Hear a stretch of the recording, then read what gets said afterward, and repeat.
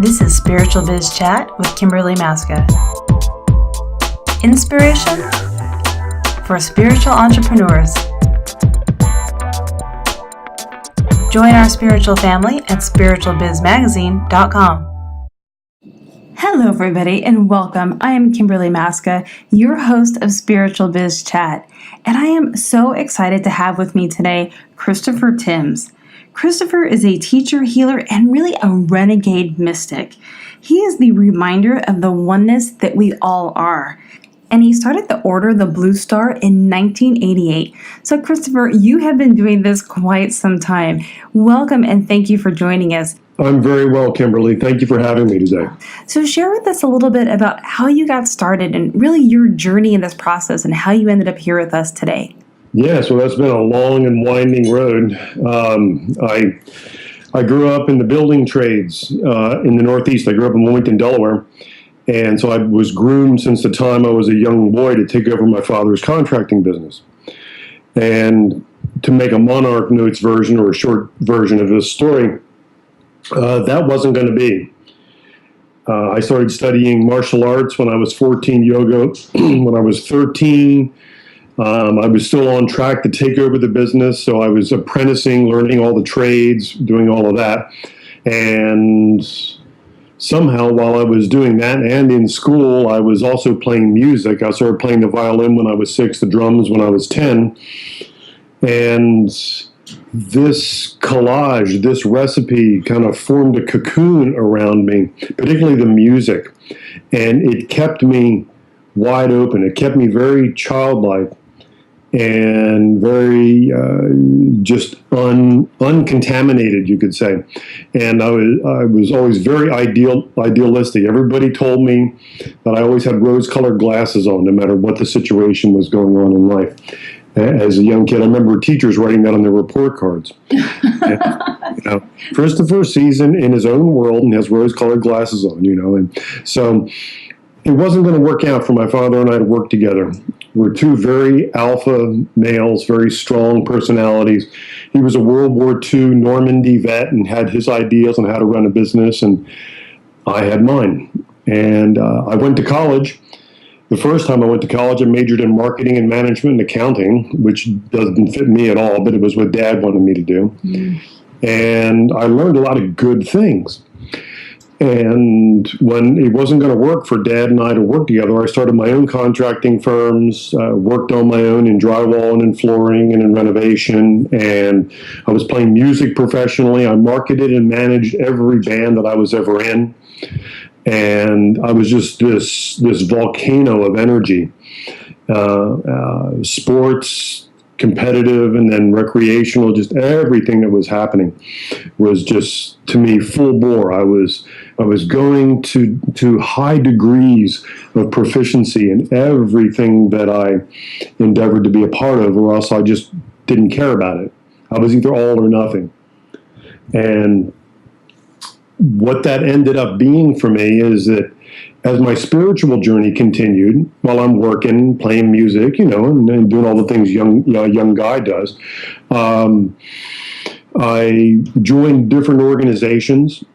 I got kicked out of all the organizations that I was in, and it wasn't because I behaved badly. It was because I didn't buy into the dogma. I questioned everything. And most importantly, and this is the part that we're going to really develop today for everybody in the business of spiritual life, is that I experience things that other people in New Thought, New Age, and in business, I experience things that people just believe in, have faith in, and think that they understand. And as you yourself, I'm sure, know, when you study something and understand it with your mind and then believe in it, as you would stumble into the experience of that, the experience is quite transcendent and quite different than what you ever thought it was going to be in your concept. I found that the majority of people that are in a lot of this field, whether it's in contracting work, whether it's in music, whether it's in spiritual life here, teach from a conceptual base, not an experiential base. They live their business life from a conceptual idea rather than a practical boots on the ground kind of a way of looking at life. And when I got tired of getting kicked out of all my organizations, that I joined, because we all want to have friendships, we all want to belong, and when that didn't work for me, I sold a couple Jeeps and trucks and motorcycles, equipment, all this kind of stuff, and I converted a van into a traveling kind of a caravan thing, and I started talking to people about my spiritual experiences. And there was no marketing plan. There was no business prospectus. There was no anything. There was just an idea that I knew that I didn't want to do what I was doing. So I cleared all that off my table. And then I knew that if this didn't work, what I was trying to do, that I could always go back into the trades, go back into playing music, right, to make a living. But I knew that I had to put all of myself into this. And it's very important that I had other skills that I could fall back upon. It wasn't as though I was trying to make my spiritual life support me. I had some savings, I had some money as a base, but I was living very simply. I mean, frankly, back in 1987, 1988, when I started all this, Kimberly, I would sleep in the back of the van that I converted into a futon, had tubs underneath the bed that were all my clothes were, and equipment and stuff for recording teachings, and of course there was no real internet that people could use commonly, and no cell phone. So it was just quite an interesting journey. And to show you, and we're going to touch upon this in a little while, but with no marketing, with no outreach, with no real visibility, I just hit a few of the psychic fairs to do lectures, to demonstrate some of the healing work I was developing with sound. And then within 2 years, I was teaching different cities, Kimberly, from Vancouver to Montreal to Miami to Santa Cruz. And it was all word of mouth. Wow, that's amazing. You clearly had a gift that everyone needed. Well, apparently, and it's the nonstop enlightenment extravaganza that's just kind of continued over these 27 years.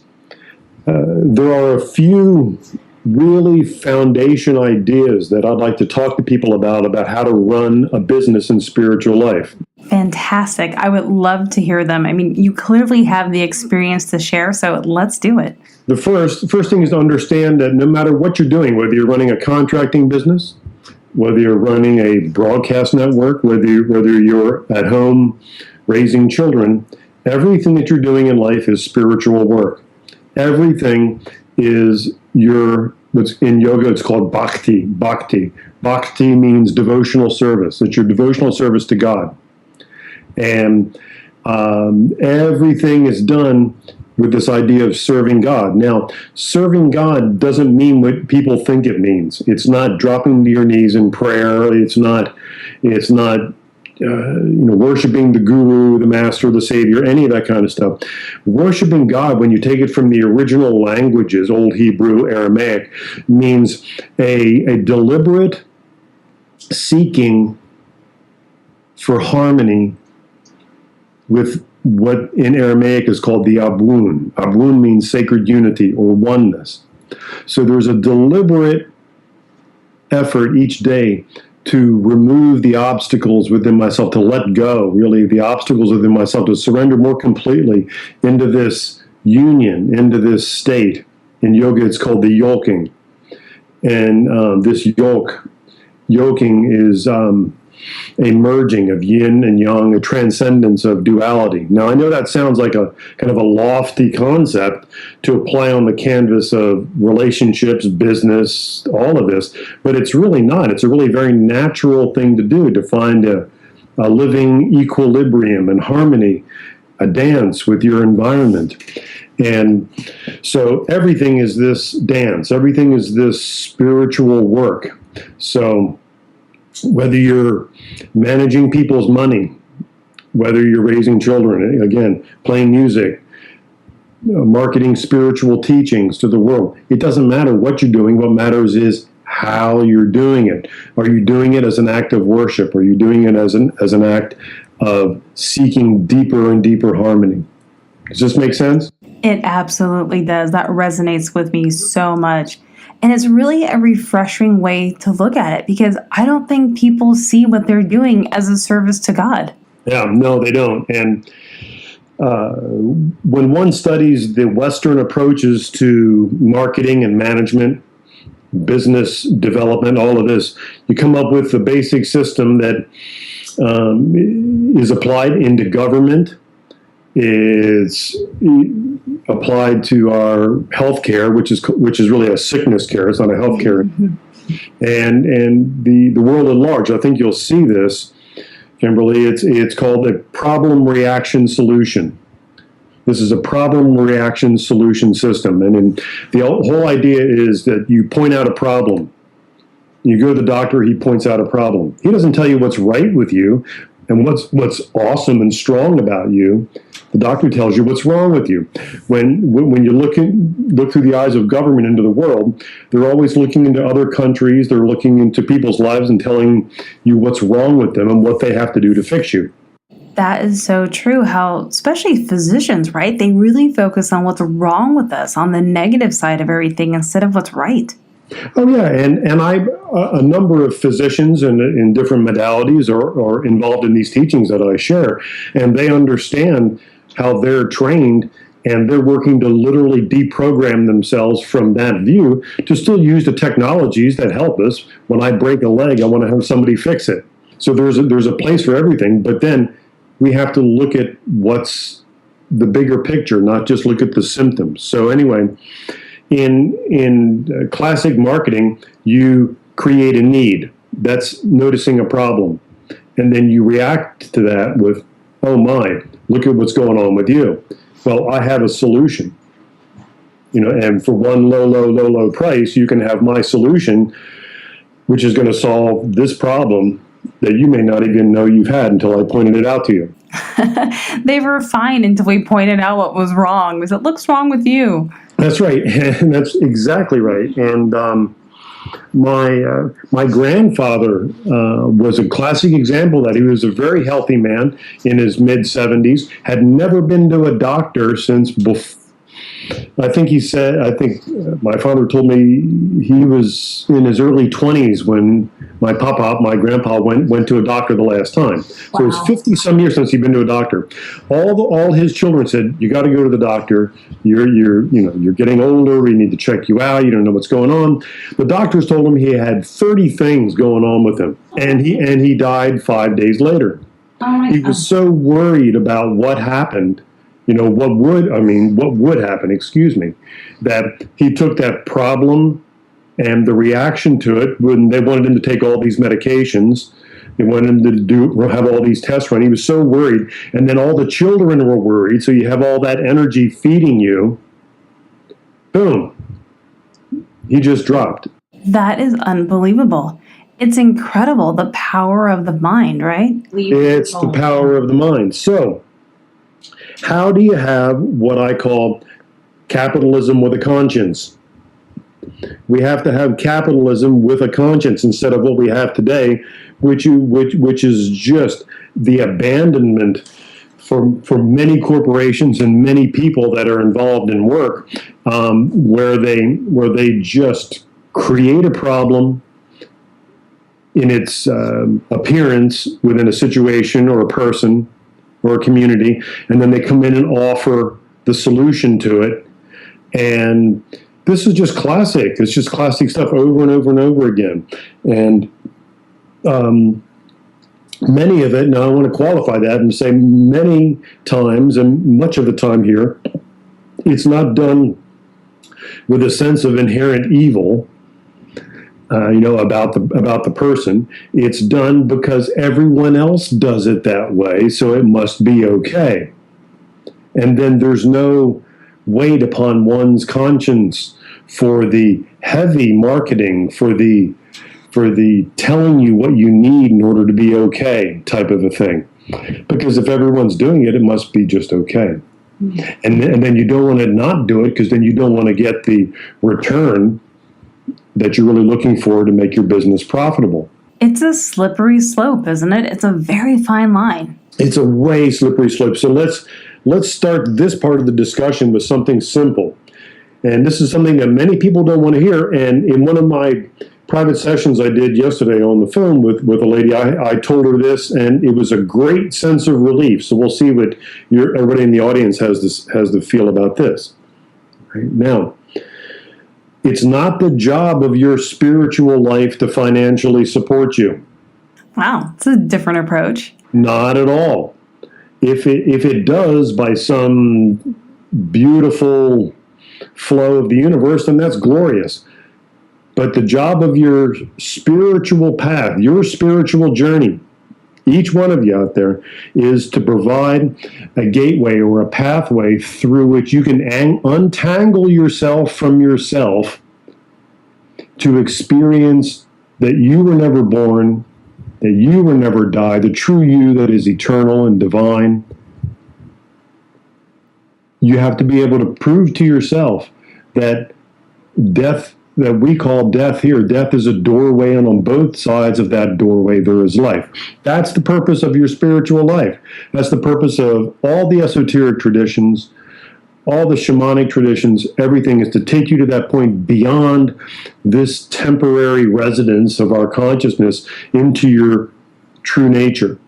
And then what happens, the great gift of that experience, Kimberly, is then you come back here, you're fearless.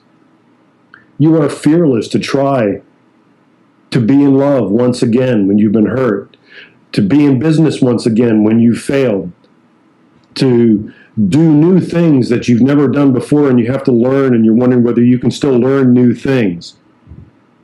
So you become just fearless. And what an amazing way to live life. It's much like you're being 4 years old all over again, where you're not afraid to do anything. You're just wide open. You're just running into the day full bore just because you can. I love that fearness analogy, because that is what holds us back. It's true power. What happens in a lot of new thought, and I work with a lot of people in new thought and new age and coming out of religious life in this business kind of an idea, is that they say, well, I'm getting this message that the universe wants me to quit my day job and do this healing practice full time. Or that I'm supposed to be a speaker, or that I'm supposed to write this book. Well, so often that's such a strong calling. So what do you propose that they do? I propose to these people that perhaps it's not the God that you're thinking about speaking to you, or the universe in that big cosmic sense that you're thinking about. Perhaps it's the part of you that's just tired of working. The part of you that doesn't want to plug in, the part of you that wants the self-esteem and self-worth that you'll develop if you become a noted speaker or author or healer. And perhaps it's about self-worth and self-esteem for you. It's not really about listening to this inner guidance. And people don't like to hear that. Mm-hmm. And I said, well, let me tell you from my perspective. From my experiences, I have my beginnings of the epiphanies and the ahas that took me on the journey to move forward to be the head of these teachings since 1988, that I always had in the back of my truck or the motorhome or whatever I was cruising in at that time, touring nonstop for almost 15 years all around the world, that my tools were always with me. I could always bid jobs somewhere in the middle of South Dakota if I didn't have any money. California, Texas, Arkansas, wherever I happened to be, Florida.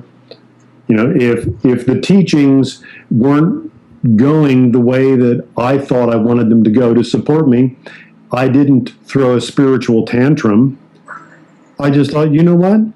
I need a break from this anyway. So I would go bid some work and take care of things. You're totally right, because we can't create abundance when we're stressed. So use those tools in your toolbox. I know I do that. I'll consult for companies when I need to be able to keep the business going so that this isn't my primary thing if it can't be. I'm not going to force it. I have to allow the universe to bring it so that I'm not operating out of fear. Because when you're operating out of fear, nothing can happen. That's right. And I never did that with my music either.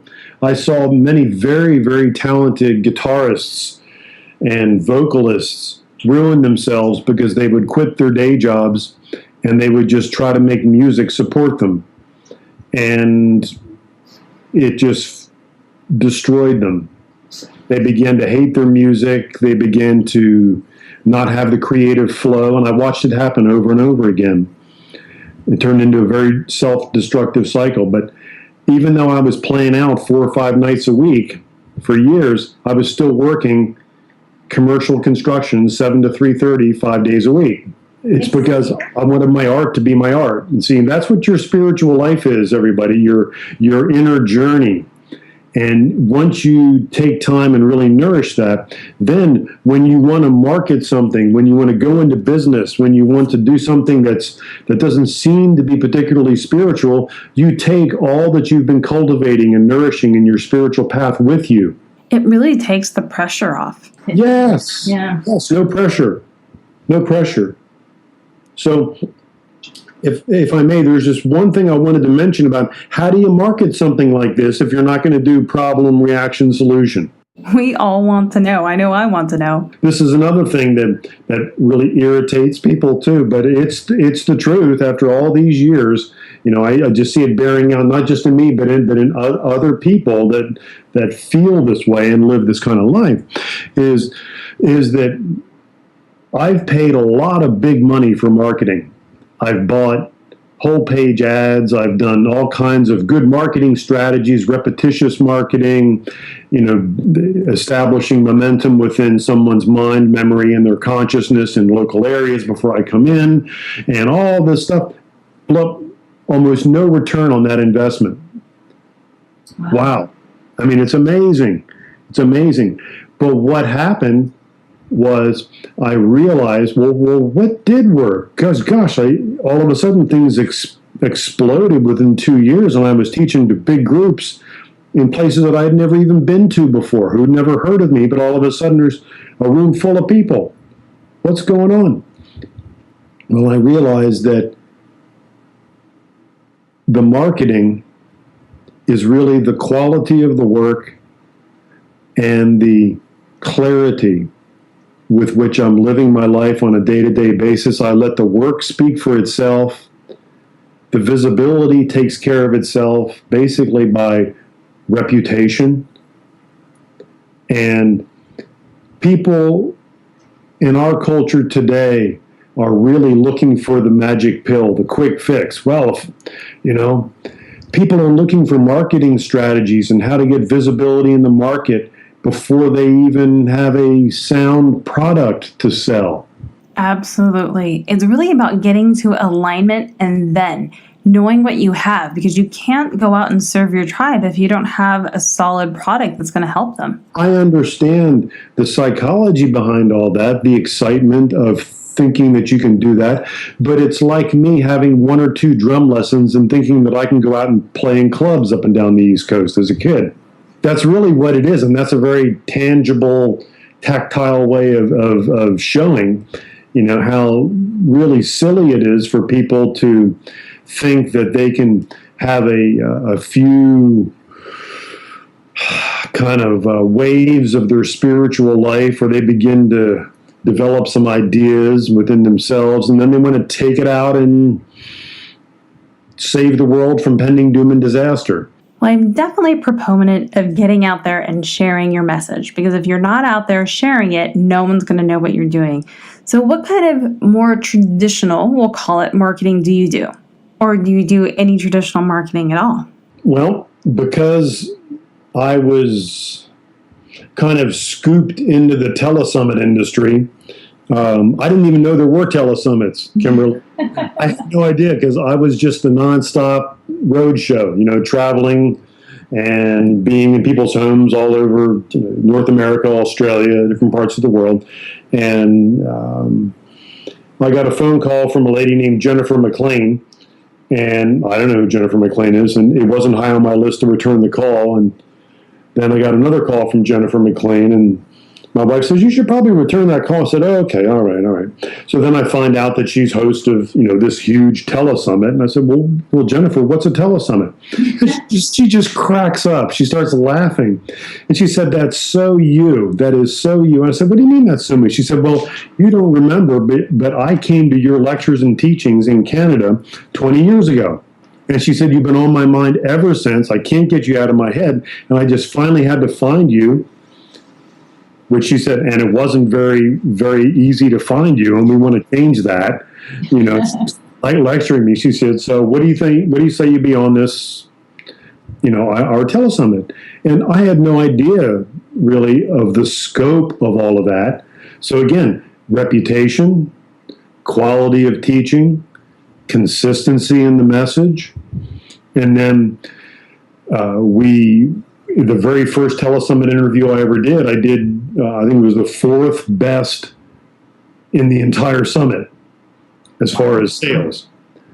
And there were big hitters on that, and I don't know I didn't even know any of the people on the summit. I didn't know any of the people. Wow, who are all these people? Yeah. So then I'm getting all these phone calls from, Darius and Cindy Kubica and John Burgos. Who are these people? What do they want? Well, they want you on the summit. Oh, do they have summits? I don't know. So you see, things happen despite what you do, not really because of what you do. When you're willing to just let your spiritual life be your spiritual life, when you become really, really good at what you do, then the visibility is there because you're really good at what you do, not because you propped yourself up on a pedestal and shine a light on yourself. And I've found that over and over again in life. And, I've had the chance to work with a number of the best-selling authors and the people throughout the years. And Greg Braden once called me the hardest working man in metaphysics. And that says a lot because I know he's really busy too. And that's what they called him. And he said, oh no, it's really not me. It's this guy over here. Who? It's like, what? And so when you de-stress your spiritual life from having to financially support you, then you're going to experience the success and the fulfillment that you're really looking for, keeping that true goal of your spiritual life in mind that I mentioned. Then, as you apply yourself to the act of business, capitalism with a conscience, you don't try to create a problem. You don't point out flaws within someone that then you're going to fix. No, you just stand as an example of the virtue and the strength of what happens when you develop the other side of the equation. See, I've worked on what's right with me, my strong points, my depths, and with that, many weaknesses in my character have squeezed themselves out as the years and decades have gone on. And that's a foolproof way of improving yourself instead of just spinning around in your issues and dramas. And that's also a foolproof way of being successful in the business, is feed what works, feed what's right. And you have to live within your conscience. Because ultimately, and I know this is taking it out into a big picture again for everybody, but ultimately, your business life is a reflection of who you are in your own heart. That is so well said, because it really is who we are inside. Really, our business is a mirror of us and what's going on. That's it.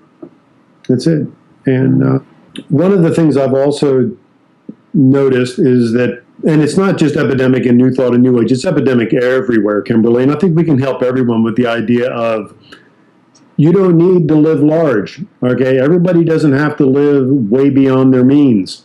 That's really a problem within just the last generation and a half or two generations of people.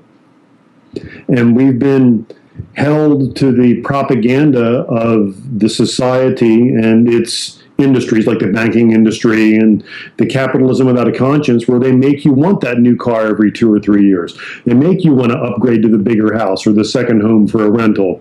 They make you want to become Mr. Monopoly, you know, and that's really an unnecessary amount of stress. If you can dance with all those things and be Tony Robbins with it, sure, go play with it, have fun. But don't let it tear you down. Don't let it compromise your life. I've purposely set my life up to be very simple. I'm mortgage free, and by the end of this year, I'll be utility free. Wow, that's cool. I'm putting a water wheel on my property to generate all my electricity. It just keeps things simple. That way, I'm not stressing out about trying to make the money to keep the standard of living going that my family loves. I know money is such a stressor for everybody, right? I mean, it's only energy, but it's like when people get it in, they don't take the time to value it and really give gratitude and appreciation for it. And so what comes in immediately goes out because there's this stress surrounding it. That's exactly right. That's well put. That's true. They don't appreciate it. Clients become money instead of clients. How many healers have contaminated their own spiritual path and their journey and their work by turning clients into money? I think it all goes back to being authentic. So money and the creation of money is so necessary in this dimension. So we need it, and abundance is great, but we have to be creating it from the right point. We have to be creating it from a position of wanting to help and give and serve. And so that way the abundance just happens, and the abundance just comes in when we're serving versus looking at like, oh, I have to go get that client because I need money. I think if we can keep it authentic and in the idea of serving, that makes the difference. That's it. I can't tell you how many times I've flown into a city that I'd never even been to before or barely even heard of, and I wind up doing a talk somewhere that I've never heard, and there's 150 people there to hear somebody who's not a best-selling author, not a television celebrity. I'm just a man walking down a road, and that's the beauty and the simplicity of it. Money is not the point. Money can be a beautiful byproduct, and believe me, I thoroughly enjoy the benefits of all of this when it works great. But when it begins to not produce the way that I want it to produce, no matter what's really going on in the way of visibility and things like that, then I can do other things. And my lifestyle is simple enough that it doesn't stress it all out. I really think that's such a beautiful way to live. We get so tied down with things. We don't need the things. It's just about being joyous and happy with what we have and where we are, and being able to give, create the abundance to be able to give back. That's right. How many people have expensive sets of golf clubs that sit in their closet? Oh yeah, I'm really going to play a lot now. I'll be able to do this. This will be great. And they just collect dust. So what has been your greatest business success? My greatest success in the beginning of it, when it grew and it was just growing, it was like I was taking one step forward, not even really seeing anything in front of me, and there was stepping stones right there, one after another. And before I knew it, I was on different local and regional TV interviews in California, was on the Wisdom Channel, back when there was the Wisdom Channel on Dish, to grow worldwide, where there were people. The greatest success is when people would call me and leave me messages before I had cell phone, internet stuff, on my 800 number. I had an 800 number for people to leave information. And people would call and just say how much it meant to them to have me come to their town and talk, and that they had never heard anything like it before, and it's changed their lives. And then I would go back to that town, and that person would have brought 10 people to the next talk, their friends that they had to drag there. And it would all just grow because of those beautiful feelings. And I can't tell you how emotional that is still to this day.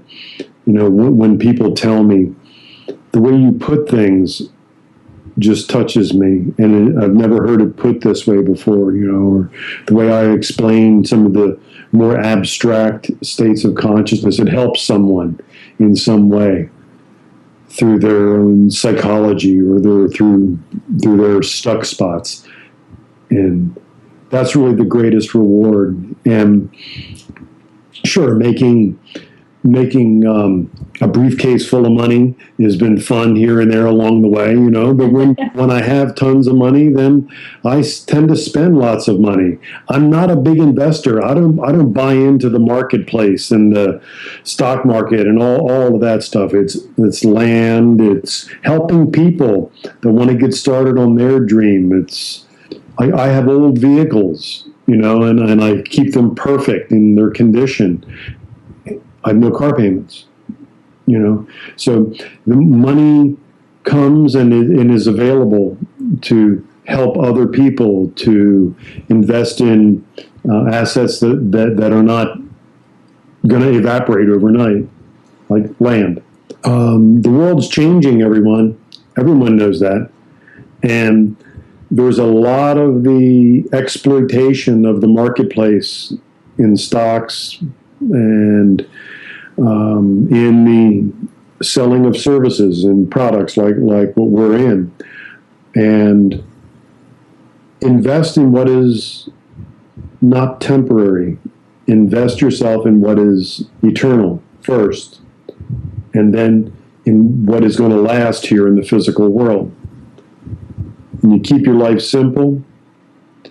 And I have a very high standard of living. I'm organic, I'm vegan, I train 5-6 days a week, I study Kung Fu privately with a 4th generation grandmaster every week. I do all of these amazing things that I want to do. And it comes from crafting a lifestyle that is not larger than life. I love that. A lifestyle that's not larger than life. No, it's having time is everyone's most valuable commodity. And I watch many people around me, Kimberly, that are just Zooming. And I don't mean Zooming just for a day or two, because, you know, I told you before we started that I've been Zooming all day here, and it's been exciting, clearing, cleaning, organizing, getting rid of stuff, you know, recycling stuff, emptying out things. But I mean people that go on for years and they don't stop. I can actually say I know that all too well. I know my years on Wall Street, everything zoomed by. And I don't want to say that I lost those years, but I was so busy doing, I wasn't being. And when I look back, I really do kind of wonder, like, what happened there? And when you're zooming like that, just things are passing you, you fully lose perspective of what's going on. But I'm fortunate that I've been able to regain that perspective and come out of that. Absolutely. It's true. And as we grow a little bit older in life, you realize that you don't get any of that time back. No, you don't. You know, and then you have to look at it and go, okay, well, what I have to learn from this is that I'm not going to do that again. Absolutely. Right? You know, I did it once, and no, I don't need to do that anymore. And, you know, if I want to take an afternoon and just read out of several of the ancient civilization books that I study and watch some of the videos that I get to further my understanding and my insight into the ancient world, I can do any of that. If I want to spend 2 hours at the gym and just work on my stretching, take an extra half an hour and practice my drums or do more Kung Fu today, I can do that right now. My time is framed around my priority, not some artificial need that I've generated outside of myself. I am truly inspired by how you live, and I hope other people will be inspired by you as well, because that's, I think, really a goal for all of us, to have our time and live our life how we want to. I hope so, and I hope it doesn't sound too vague, because it's really not. It's really how I've lived my life, and it works, and it works very well. That is so powerful. So looking back on your journey, knowing what you know now, if you were to say, if I had only known then what I know now, what would you have changed on your journey? I would have been kinder with my father during those late teen, early 20 years when I think I'm the master of the universe and my father was a fool, right?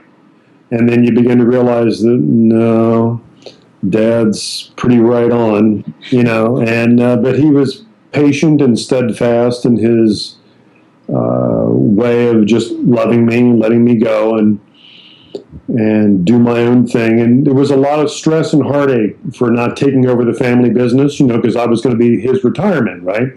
That's what he had invested in, it was me. But instead, I'm off doing this crazy spiritual thing, and to a Normandy World War II vet, that's just craziness, right? But after a number of years of all of that, and Dad and I having this stressed but stressed relationship, he and Mom came to pick me up at the airport one day in Philly when I flew back in, and as he came, he just gave me a hug, which was unusual for Dad, and he said, "I want you to know that your mother and I are very proud of you, whatever it is that you do." And I said, "Really?" I said, "That's wonderful." And he said, "We get phone calls. People call us and tell us about what you've been doing, what you've done for them. And your mother doesn't really understand it, and neither do I, but we're proud of you." And all of those years of stress just melted away. And I guess, one got the other, meaning that the stress and that estrangement got the end result at that finish line. But I think Dad and I both would have benefited greatly if I was just kinder. And that's my kinder and more patient, a little more mature, of course. But it is what it is. And as far as business and the growth of my own spiritual organization, the Order of the Blue Star, over these years,